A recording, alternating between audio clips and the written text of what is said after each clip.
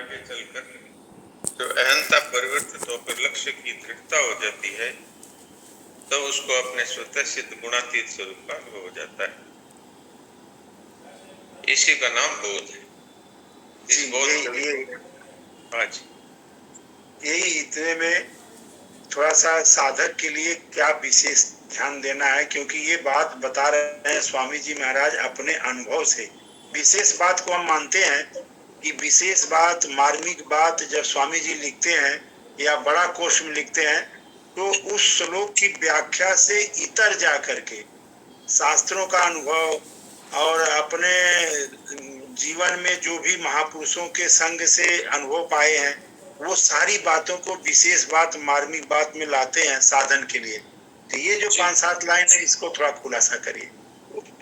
इसमें मूल बात है उद्देश्य। जिस मनुष्य का उद्देश्य परमात्मा की प्राप्ति हो जाता है अथवा स्वरूप का ज्ञान इसका उद्देश्य है, ये इतना मात्र अगर उसका हो जाए तो इसका फल क्या है? वो साधारण मनुष्यों की तरह प्रकृति में स्थित नहीं है। अतः ये तीनों गुण उसको अपने वश में नहीं कर सकते। और उसके बाद में जब साधन करते करते अहंता परिवर्तित हो जाए अथवा अहंता मिट जाए। अहंता परिवर्तित का अर्थ है, अगर भक्ति मार्ग का साधक है तो वो भगवान का सखा है अथवा भगवान का सेवक है।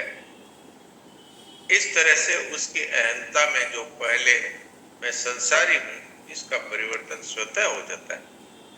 और यदि वो ज्ञानियों का साधक है तो उसकी अहंता समाप्त हो जाती है, क्योंकि अहंता तो एक कल्पना ही है ना। ये अहंता है, यही पूरा संसार है। जहां पर अहम का नाश होते ही संसार का नाश हो जाता है उसकी दृष्टि। तो ये मूल बात इसमें जो महाराज जी कहना चाहते हैं, उद्देश्य की बात है। सम्यक व्यवसितो हिस्सा वो तो दुराचारी से दुराचारी भी यदि उसने पक्का निश्चय कर लिया तो साधु मानने योग्य है। क्यों? क्षिप्रम भक्ति धर्मात्मा। तो लेकिन यहाँ तो दुराचारी की बात नहीं है, यहाँ जो साधक है उसकी बात है। वो साधारण मनुष्यों की तरह संसार और शरीर को ही मैं हूं ऐसा नहीं मानता, मेरा ऐसा नहीं मानता। वो तो एक परमात्मा की प्राप्ति की लगन के कारण, और वो तत्काल ही तीनों गुणों से ऊपर उठ जाता है। क्योंकि देखो, उसमें प्रकृति जन्य गुणों की परवशता नहीं रहती, ये स्वामी जी महाराज कहते हैं। तो इस उद्देश्य में कितनी ताकत है कि मनुष्य को गुणातीत होने में ये बहुत बड़ा ये एक कारण माना जाएगा कि अगर हमने एक निश्चय कर लिया कि भाई हमें तो परमात्मा की ही प्राप्ति करनी है, तो तीनों गुणों को अतिक्रमण करने की सामर्थ्य आ जाती है। वहां तो यहाँ तक का है, जिज्ञासुरूप योगस्य सद्ब्रह्मादि वर्तते।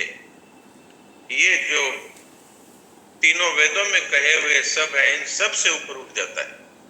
सकाम कर्मों से भी और सबसे गुणों से भी सबसे ऊपर उठ जाता है।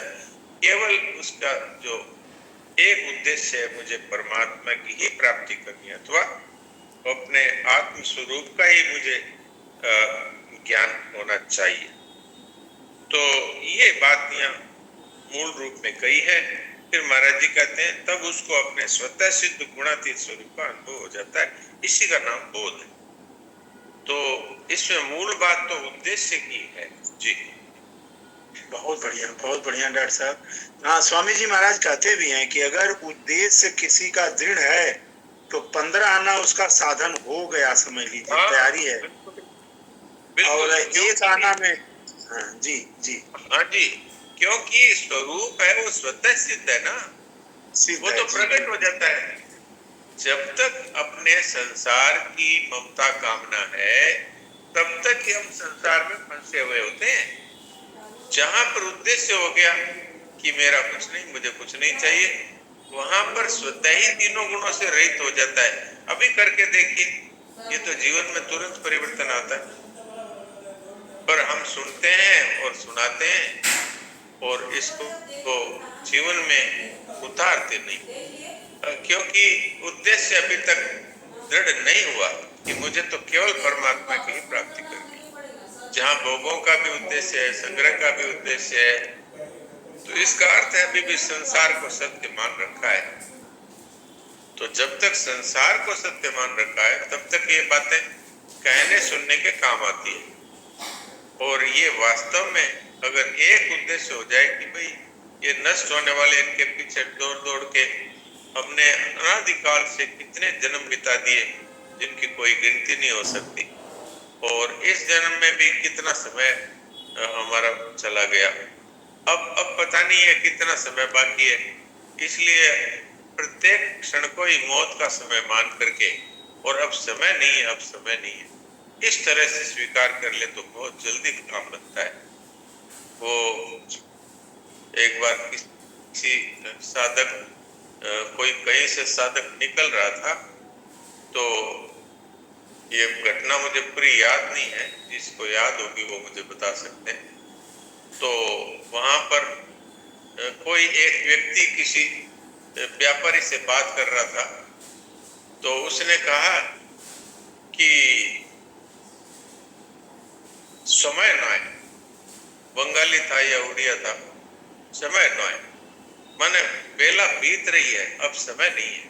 इतनी बात सुनकर के वो साधक चौकन्ना हो गया कि अरे समय नहीं, अब बेला चली जा रही है, अब समय नहीं।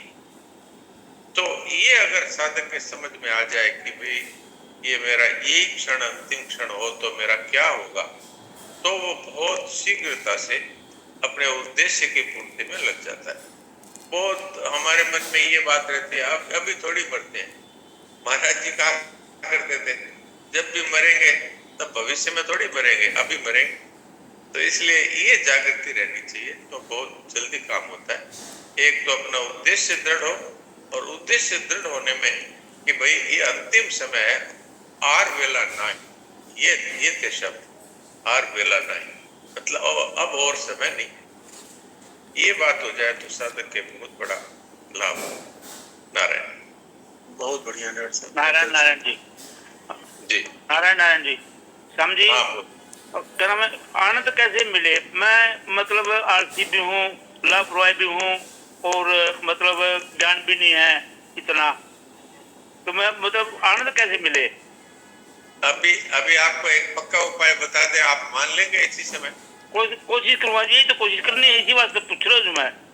नहीं, इसमें कोई कोशिश का काम नहीं है, इसमें तो निश्चय की बात है। अनिश्चय करूँगा जी पूरा अपनी तरफ से। तो एक ही निश्चय करिए, मुझे कुछ नहीं चाहिए, बस आनंद ही आनंद हो जाएगा। अच्छा, शरणानंद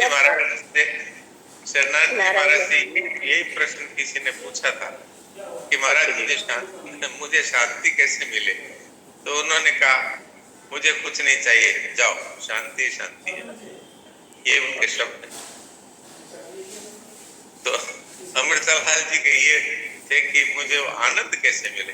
तो दुख हमारे जीवन में है ही कामना का, मुझे कुछ भी चाहिए तो मैं दुख ही दुख आएंगे मेरे पास, क्योंकि चाहिए हमने कह दिया लेकिन हमारे हाथ में है नहीं, तो दुख ही रहेगा, डिप्रेशन में रहेगा, टेंशन में रहेगा, चिंता में रहेगा, घबराहट में रहेगा। कुछ नहीं चाहिए, सो सहन प्रतिशा कैसे हो जी, ये दूर कैसे हुआ जी? जैसे मेरे कोई कमी नहीं, भगवान की दया से सब तरह से खुशी हूँ मैं, और उम्र भी अच्छी हो रही है, 81 साल का होगा मैं, लेकिन मुझे मतलब ये कैसे मतलब मन लगे इस भगवान में? अच्छा, मन नहीं लगाना इसमें, ये तो निर्णय करना है। आप बताइए कि आपके पास सब कुछ है, तो आप तो बहुत आराम है, तुरंत ही कह दो अब मुझे कुछ नहीं चाहिए, बस, और निर्णय है। अब किसी से कुछ मांगना नहीं, किसी से कुछ चाहना नहीं, कोई अपनी योजना नहीं कि ये मिल जाए, ये हो जाए, ये नहीं हो, इसको हटा दो, तो अभी शांति है। इसमें कोई अभ्यास नहीं है, ये तो निर्णय है, निश्चय है कि आज तक मैंने इतना चाहा और भगवान ने बहुत कुछ दिया, आज के बाद मैं कभी किसी से कुछ नहीं मांगूंगा और दिल से भी मैं कुछ भी चाहूंगा नहीं, यहाँ तक कि जीने की भी इच्छा नहीं और मरने का भी भय नहीं। तो अभी अभी आनंद ही आनंद है। तो ये बहुत मुश्किल है, बड़ा मुश्किल है, क्या करें बताओ। आपने मान लिया, ये हो जाए अभी ये करता है, क्या करूं? अजी मैं आपसे कोशिश करूंगा पूरी। सुनिए सुनिए, इसमें कोशिश का कोई काम ही नहीं है, मैं आपको बार बार कह रहा हूँ। अच्छा, और आपने इसको मान लिया बहुत मुश्किल है, अब इस आपके लिए मुश्किल ही रहेगा, क्योंकि हम भगवान रूपी कल्प वृक्ष के नीचे बैठे हैं। हम जो सोचेंगे वही सत्य हो जाएगा। हमने मान लिया कठिन है, बस आपके लिए कठिन है, और मैंने मान लिया कि बिल्कुल ही कठिन नहीं है, तो मेरे लिए अत्यंत सुगम है। क्योंकि चाहने से कुछ मिलता थोड़ी है। चाहने से क्या मिलता है पता है? दुख मिलता है, दुख और मिलता है जन्म मरण, और मिलता है परमात्मा से दूरी। अगर ये आपको चाहिए तो ठीक है, इसी को रखिए। हाँ जी, अब भारती बोलिए। बहुत सही, बहुत सही। नारायण नारायण भैया जी, मुझे बहुत अच्छे प्रवचन लगे कि ये सच बात है। हमने भी यही मान लिया कि हमारा कुछ है ही नहीं, एक शिवाय ठाकुर जी के और कुछ नहीं है। वो जो करवा रहे हैं, हम तो सेवा कर रहे हैं सबकी। तो ये निर्णय तो इनको लेना ही पड़ेगा। अभी हमारा कुछ है ही नहीं, सिवाय प्रभु के। बिल्कुल। हाँ, और कोई कुछ पूछना चाहे तो बोले, नहीं तो महाराज जी महाराज जी, अभी आपने गुण के बारे में बताया, सात्विक राजसिक तामसिक।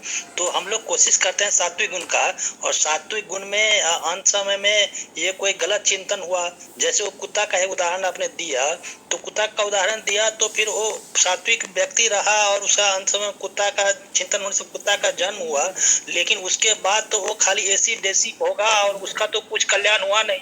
तो सात्विक गुण फिर वो कुछ काम नहीं दिया। नहीं, उसका जब भी जन्म होगा फिर तो उसका ज्यादा चांसेस है कि वो फिर मनुष्य बनेगा। जैसे जड़ भरत जी का एक जन्म तो हिरण का हो गया, लेकिन बाद में भगवान ने कृपा करके उनको फिर मनुष्य जन्म दिया। तो ज्यादा मेरी समझ यही है कि वो अगर बराबर सतोगुण में रहा है और अंतिम चिंतन के कारण कुत्ता बन गया, तो उनके तो पिछले जन्म की याद भी रही। अब जिसने साधन किया है उसके तो ये हो सकता है, लेकिन जिसने साधन नहीं किया, खाली सकाम कर्म किए पर शास्त्र की मर्यादा में किए, तो उसको मिलना चाहिए फिर मनुष्य जन्म। जी प्रणाम महाराज। प्रणाम। ये जो भजन बात हो की अंतिम की नारायण जी, उसमें मान लो तो के हिसाब से मानते हैं कि वो कुत्ता भी भगवान का स्वरूप है, तो कोई दिक्कत नहीं है ना महाराज जी? और फिर क्या दिक्कत है? वो तो वासुदेव ही आएंगे, फिर कुत्ते का कोई लेना देना ही नहीं। भजन का टाइम हो गया। नारायण नारायण। बस अब सुना देते हैं।